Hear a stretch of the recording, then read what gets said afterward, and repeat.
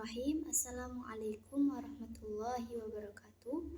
Alhamdulillahirabbil alamin wa bihi nasta'in ala umuri dunya waddin. Assalatu wassalamu ala asrofil anbiya'i wal mursalin wa ala alihi wa sahbihi ajma'in, amma ba'd. Yang terhormat kepada Bapak Ahmad Harisul Miftah selaku dosen pengampu mata kuliah Hadis Ahkam 1. Di sini kami sebagai kelompok 8 akan mempresentasikan hadis tentang tata cara sholat Nabi. Dan yang pertama, materinya akan dibacakan oleh saudara kita, yaitu saudara Fadil Hamdi. Kepadanya dipersilakan. Assalamualaikum warahmatullahi wabarakatuh. Nama saya Fadil Hamdi dengan nomor NIM 2011110085, kelas HKIC semester keempat.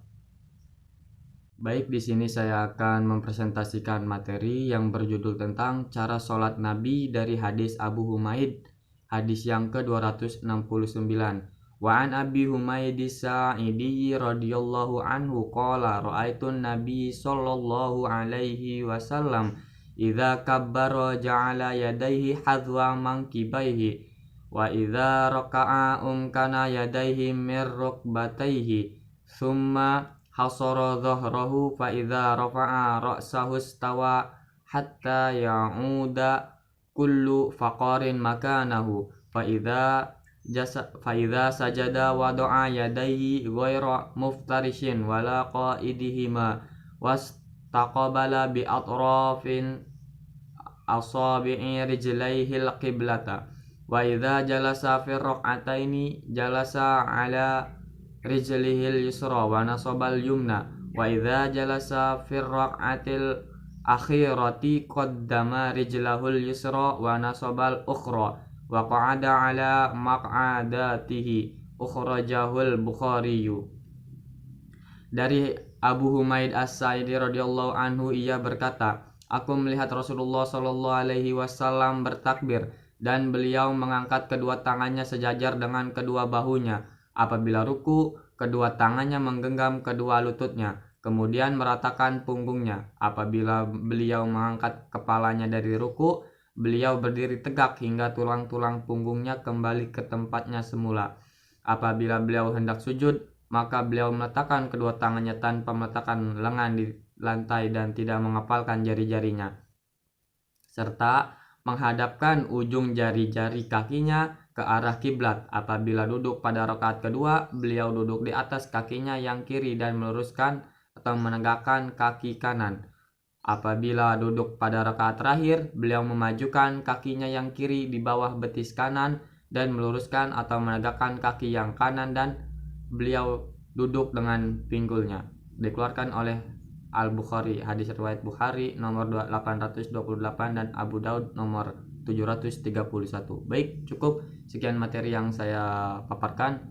Selanjutnya akan dijelaskan oleh Kak Sania. Assalamualaikum warahmatullahi wabarakatuh. Nama saya Sania Zakiratul Aufar dengan nomor NIM 181101095 dari Hukum Keluarga Islam C semester 8. Baiklah, di sini saya akan melanjutkan materi tentang sholat tata cara sholat Nabi dalam hadis yang telah dibacakan oleh saudara Fadil. Dan sekarang saya akan membacakan sanad dari hadis tersebut. Sanad tersebut dari Abu Humaid. Abu Humaid, nama beliau adalah Abu Humaid bin Sa'ad al-Ansari al-Khazraji as-Sa'idi. As-Sa'idi disandarkan pada kata Sa'ada karena ia adalah ayah dari Khazraj. Abu Humaid masyhur dengan kunyahnya. Ada ikhtilaf dalam hal nama asli beliau. Ada yang menyebut nama beliau adalah Al-Munziri bin Sa'ad. Ada juga yang menyebut nama beliau aslinya adalah Abdurrahman. Dan masih ada penyebutan lainnya. Sahabat Nabi yang mengambil riwayat dari Abu Humaid adalah Jabir bin Abdullah. Kalangan tabi'in yang mengambil riwayat dari Abu Humaid adalah Urwah bin Az-Zubair dan Al-Abbas bin Syahal yang meninggal dunia pada akhir khilafah Muawiyah pada penghujung tahun 60 Hijriah. Selanjutnya tentang faedah hadis ini dan penjelasan hadis pada tata cara sholat Nabi Shallallahu Alaihi Wasallam. Yang pertama, ada takbir. Bertakbir adalah dengan mengucapkan Allahu Akbar. Takbir pertama saat mulai sholat disebut takbiratul ihram. Yang kedua, saat takbiratul ihram, tangan diangkat sejajar pundak seperti ini. Hukum mengangkat tangan sini adalah sunnah. Nanti akan ada penjelasan tentang cara mengangkat tangan pada hadis dari Ibnu Umar dan sahabat lainnya. Dalam riwayat lain disebutkan bahwa mengangkat tangan itu dengan tangan sejajar ujung bawah telinga. Hal ini menunjukkan bahwa jika ada mengangkat tangan sejajar pusat perutnya atau atas sedikit, ini termasuk taksir atau kurang dalam menerapkan sunnah. Yang ketiga, dalam hadis ini disebutkan bertakbir dahulu lalu mengangkat tangan. Praktiknya seperti ini, Allahu Akbar. Dalam riwayat lainnya dari Abu Humaid disebutkan mengangkat tangan dulu lalu bertakbir. Sedangkan dalam hadis Ibnu Umar disebutkan mengangkat tangan itu berbarengan dengan bertakbir.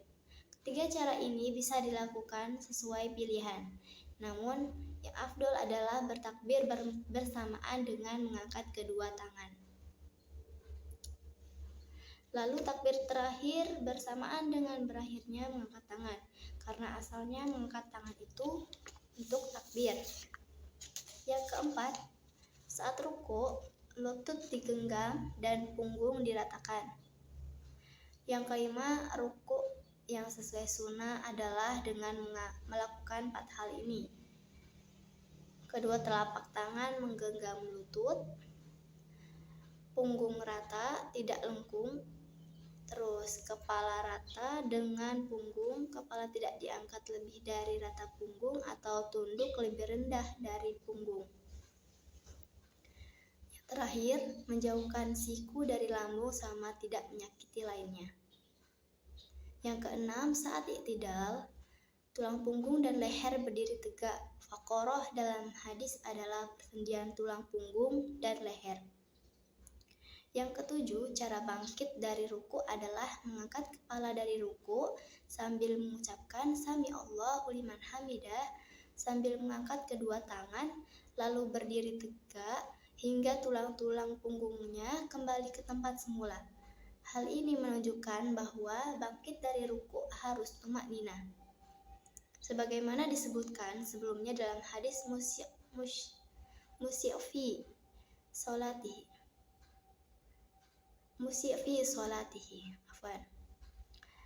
Yang kedelapan, dalam hadis Abu Humaid disebut cara sujud adalah tanpa meletakkan lengan atau ziro ke lantai.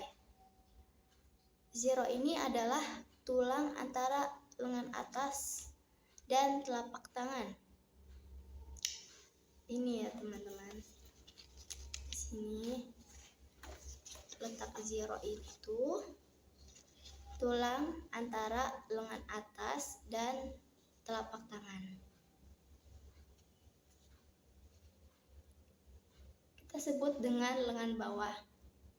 Lalu dijelaskan pula bahwa jari tangan tidak digenggam saat sujud. Yang kesembilan, sujud yang sesuai sunnah adalah dengan melakukan 2 hal. Yang pertama, meletakkan telapak tangan di lantai lalu jari-jari dihadapkan ke kiblat. Yang kedua, tidak meletakkan lengan bawah di lantai, lalu lengan diangkat. Lantas lengan atas menjauh dari lambung, perut menjauh dari paha, paha menjauh dari betis selama tidak menyakiti yang lain. Lalu jari-jari kaki menghadap kiblat. Yang ke-10, hadis ini menunjukkan cara duduk tasyahud awal, yaitu duduk iftirash. Duduk iftirash ini adalah kaki kiri diletakkan di atas tanah, sedangkan kaki kanan ditegakkan. Yang ke-11, duduk tasyahud akhir. Diterangkan pula dalam hadis ini yaitu dengan duduk tawaru. Duduk tawaru adalah meletakkan kaki kiri di lantai, lalu kaki kiri dikeluarkan di bawah kaki kanan, sedangkan kaki kanan ditegakkan. Duduk tasyahud akhir adalah dengan duduk dengan pinggulnya. Yang ke-12, hadis ini menunjukkan bahwa duduk tasyahud awal dan akhir ada perbedaan. Duduk tasyahud awal itu lebih ringan daripada tasyahud akhir, karena setelah tasyahud awal masih dilanjutkan dengan berdiri, sedangkan kalau tasyahud akhir itu lebih lama diamnya. Dan yang ke-13, dalam mazhab Syafi'i, duduk tasyahud akhir itu tawaru secara mutlak, yaitu berlaku pada sholat yang ada 2 tasyahud atau yang hanya ada sekali tasyahud. Sedangkan tasyahud awal duduknya adalah iftirosh. Mungkin hanya itu yang dapat saya sampaikan. Kurang lebihnya mohon maaf. Wassalamualaikum warahmatullahi wabarakatuh.